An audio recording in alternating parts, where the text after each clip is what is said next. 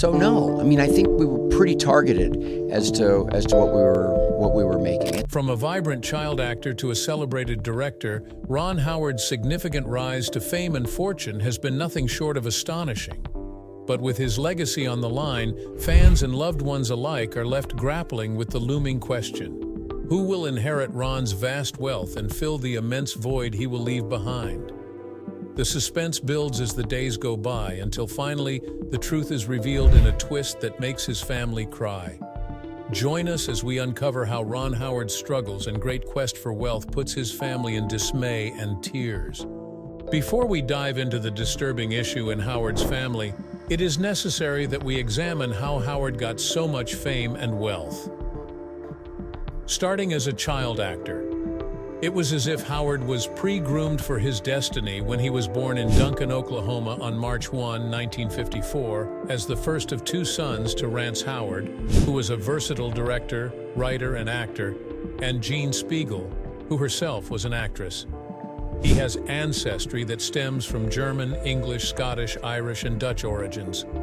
In 1948, Rance Howard changed his last name from Beckenholt to Howard in order to start his acting career, and was how Ron answered Howard till date.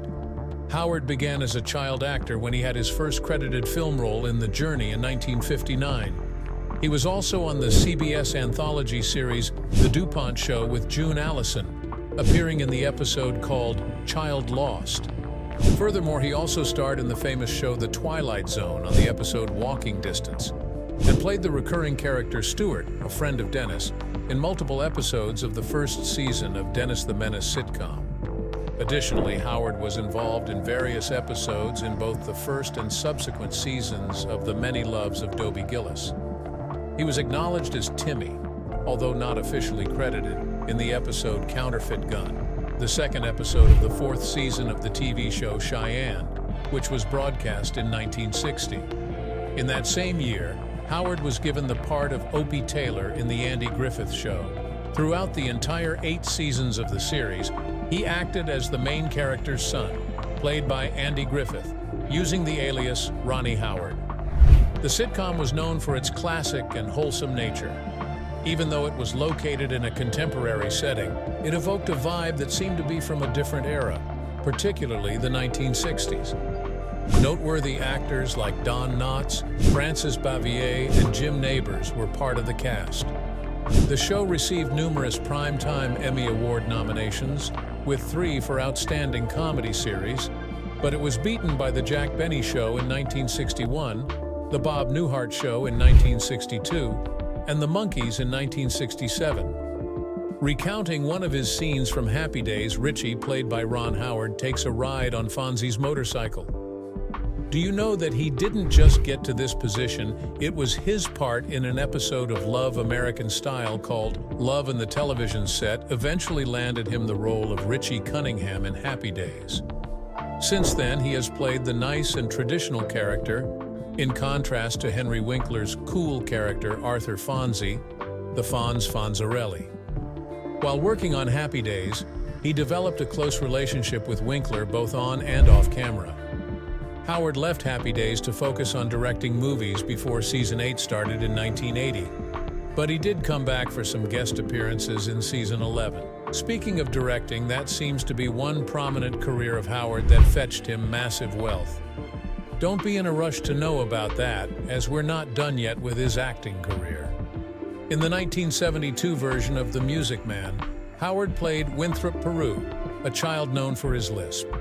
The movie showcased impressive acting from Robert Preston, Shirley Jones, and Buddy Hackett, and was based on Meredith Willson's musical from 1957. Morton DaCosta, known for Auntie Mame in 1958, directed The Music Man, which was praised by critics and became the 3rd highest-grossing film of the year.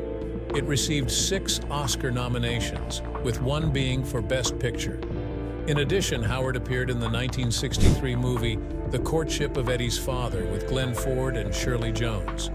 He guest starred as Tommy in an episode of the first season of The Big Valley and played Barry Stewart in the 11th Hour series in 1965. He has also appeared on television in different roles, such as playing Henry Fonda's son in The Smith Family in 1968, and as Yoda in Land of the Giants in 1969, alongside his role in the I Spy episode titled Little Boy Lost. Adding to his already blooming acting career, he portrayed a young boy whose father was slain in the show Daniel Boone and appeared as a minor soldier in the MASH episode Sometimes You Hear the Bullet in 1973. During the 1970s, he made appearances in The Bold Ones, playing a teenage tennis player dealing with a health issue in at least one episode. Howard was featured on the 1969 Disneyland Records album called The Story and Song from the Haunted Mansion. This album tells the story of two teenagers named Mike, who was voiced by Howard, and Karen, voiced by Roby Lester, who become stuck inside the Haunted Mansion. Thurl Ravenscroft portrays the narrator, Pete Renaday plays the ghost host, and Eleanor Audley takes on the role of Madame Leota in the cast. The album mentions various ideas that were suggested for the attraction but never included, like a speaking raven in the stretching room and the Hatbox Ghost in the attic scene.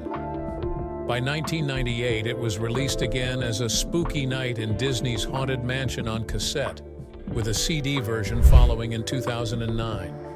Just as the apple never falls far from its tree, so did Ron Howard. He didn't just take after his father's acting career.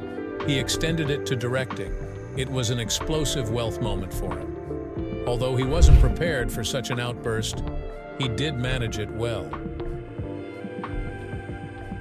A complete breakthrough. Before Howard left Happy Days in the 1980s, Ron Howard directed his first film, the 1977 low-budget comedy action movie Grand Theft Auto, which he co-wrote with his father, Rance. This chance came about when he made an agreement with Roger Corman, who allowed Howard to lead a movie in exchange for Howard's role in Eat My Dust, starring alongside Christopher Norris. From 1978 to 1982, Howard was in charge of numerous television movies for NBC, one of which was Skyward in 1980, starring Bette Davis. By 1982, he made a major breakthrough as a director with Night Shift, featuring Michael Keaton, Shelley Long, and Henry Winkler, who he acted alongside in Happy Days. After working on Night Shift, Howard went on to direct numerous well-known movies, including the romantic fantasy comedy Splash, featuring actors Tom Hanks, Daryl Hannah, Eugene Levy, and John Candy. This movie received both commercial success and praise from critics. He helmed Cocoon, a science fiction comedy drama starring Donna Meche, Hume Cronin, Wilford Brimley, and Brian Dennehy. Cocoon received similar praise, resulting in Donna Meche winning an Academy Award for Best Supporting Actor. In 1988, Howard once again teamed up with George Lucas for the fantasy movie Willow, featuring Val Kilmer and Warwick Davis. He also directed Parenthood in 1989, a family comedy with a diverse cast of actors like Steve Martin, Tom Hulce, Rick Moranis, Martha Plimpton, Joaquin Phoenix, Keanu Reeves, Jason Robards, Mary Steenburgen, and Diane Wiest. The movie premiered at the top spot in its first weekend, making $10 million, and eventually made more than $100 million in the US and $126 million globally. It was lauded by critics and earned 2 Oscar nominations. Directing was just the big breakthrough Howard needed all these time. Now let's explore his net worth and most of his expensive properties. Who takes over from Ron Howard? Ron Howard and Cheryl Ali were united in marriage on June 7, 1975.